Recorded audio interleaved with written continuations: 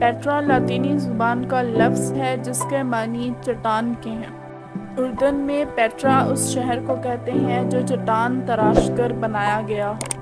اپنے چٹانی ماحول میں پیٹرا مکمل طور پر چٹان تراش کر بنایا گیا ہے۔ اس کی عبادت گاہیں، محلات، مقبرے، تھیٹر وغیرہ پتھر کو تراشنے کے فن کا ایک عظیم نمونہ پیش کرتے ہیں۔ یہ معلوم نہیں ہو سکا کہ یہ عجیب و غریب شہر کس طرح سے معرض وجود میں آیا۔ وہ لوگ جنہوں نے اس شہر کو مشرق وسطیٰ کی ابتدائی تہذیب کے لیے ایک اہم مرکز میں ڈھالا وہ بناٹھین تھے۔ وہ لوگ خانہ بدوش چرواہے تھے جو مشرق وسطیٰ کے کاروبار سے بھی منسلک تھے۔ وہ مشرق سے مسالے وغیرہ لاتے تھے اور ان مسالہ جات کو یورپی ممالک کی طرف روانہ کر دیا جاتا تھا۔ رفتہ رفتہ ان کی تجارت میں ترقی ہوتی چلی گئی، حتیٰ کہ وہ آج کے دور کے شام اور سعودی عرب کی حدود تک پھیل گئی۔ وہ لوگ نہ صرف دولت مند ہوئے بلکہ طاقتور بھی ہو گئے، لہٰذا انہوں نے پیٹرا پر قبضہ جما لیا۔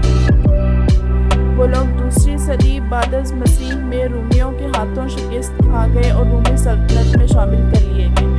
تاہم پیٹرا کی اہمیت برقرار رہی اور اس کو تجارتی مرکز کی حیثیت بھی حاصل رہی۔ اگر آپ اردن میں عمان شہر سے خلیج عقبہ کی طرف سفر کریں تو آپ 3.5 گھنٹے میں پیٹرا میں داخل ہو جائیں گے۔ یہ شہر وادی موسیٰ کے پہاڑوں میں واقع ہے۔ حضرت موسیٰ علیہ السلام صحرائے سینا سے ہوتے ہوئے یہاں تشریف لائے۔ شہر میں حضرت موسیٰ علیہ السلام سے منسوب ایک چشمہ بھی موجود ہے جو عین موسیٰ کہلاتا ہے۔ چشمے کا پانی بہت ٹھنڈا، صاف اور صحت بخش ہے، جو 3500 سال سے علاقے کی آبی ضرورت کو پورا کر رہا ہے۔ حکومت نے چشمے کے اوپر ایک عمارت بنا دی ہے۔ پیٹرا وادی موسیٰ کے آخر میں واقع ہے۔ یہ شہر حضرت عیسیٰ علیہ السلام کی پیدائش سے 800 سال پہلے آباد ہوا۔ حضرت اسماعیل علیہ السلام کے صاحبزادے حضرت نابت کی نسل کے لوگوں نے اس کو آباد کیا، نیابتون جن کو کہا جاتا ہے۔ اس شہر میں بسنے والی نسل نیابت کے لوگ بت پرست تھے۔ ان کے ہاں 3 گاڈز کا تصور پایا جاتا تھا، جن میں سے ایک میل گاڈ اور 2 فیمیل گاڈسز تھیں۔ یہ شہر 14ویں صدی کے بعد گم ہو گیا تھا اور اسے 19ویں صدی میں چرواہوں نے بکری کی تلاش کے دوران دریافت کیا۔ پیٹرا کا شہر ایک سوئس سیاح جوہان لڈوگ برکھارٹ نے 1812 میں دریافت کیا۔ وہ جدید دور میں پہلا یورپی تھا جس نے پیٹرا کے قدیم شہر کا دورہ کیا۔ یہ شہر ہزاروں سال پہلے انسانوں نے سرخ پتھر کاٹ کر بنایا تھا۔ وہ لوگ پہاڑوں کے اوپر بیٹھ کر پتھر کاٹتے کاٹتے 200-250 فٹ نیچے چلے جاتے تھے، گلی بناتے تھے اور گلی کو 4 کلومیٹر تک لمبا کر دیتے تھے۔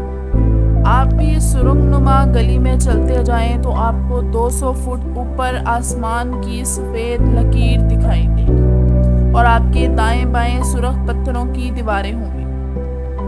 گلی کے اطراف میں فرش سے 5 فٹ اوپر پانی کی نالیاں ساتھ ساتھ چلتی ہیں جن میں پینے کا صاف پانی چلتا ہے۔ تمام نالیاں 200 فٹ کے بعد پول میں تبدیل ہو جاتی ہیں اور پول پانی کی گندگی دھو کر اسے گھروں کی طرف روانہ کر دیتا ہے۔ درے کے اندر دونوں طرف 50-60 فٹ کی بلندی پر غار ہیں جو قدیم دور میں پیٹرا کے لوگوں کی رہائش گاہ تھے۔ ان میں شہر کے نگران اور فوج بھی رہتی تھی۔ ہر 8 کلومیٹر کے بعد گلی کھلی ہو جاتی ہے۔ گلی کے دونوں طرف قدیم زبان میں فرمان بھی لکھے ہیں۔ پتھر کے اندر بت بھی تراشے ہوئے ہیں اور دیویاں اور دیوتا بھی۔ پتھر وقت کے ہاتھوں مدھم ہو چکے ہیں، صرف ان کے آثار باقی ہیں۔ درے کے آخر میں ایک وسیع عمارت ہے۔ یہ عمارت خزانہ کہلاتی ہے۔ عمارت کے 6 ستون ہیں۔ ستونوں کے اوپر آرچ ہے۔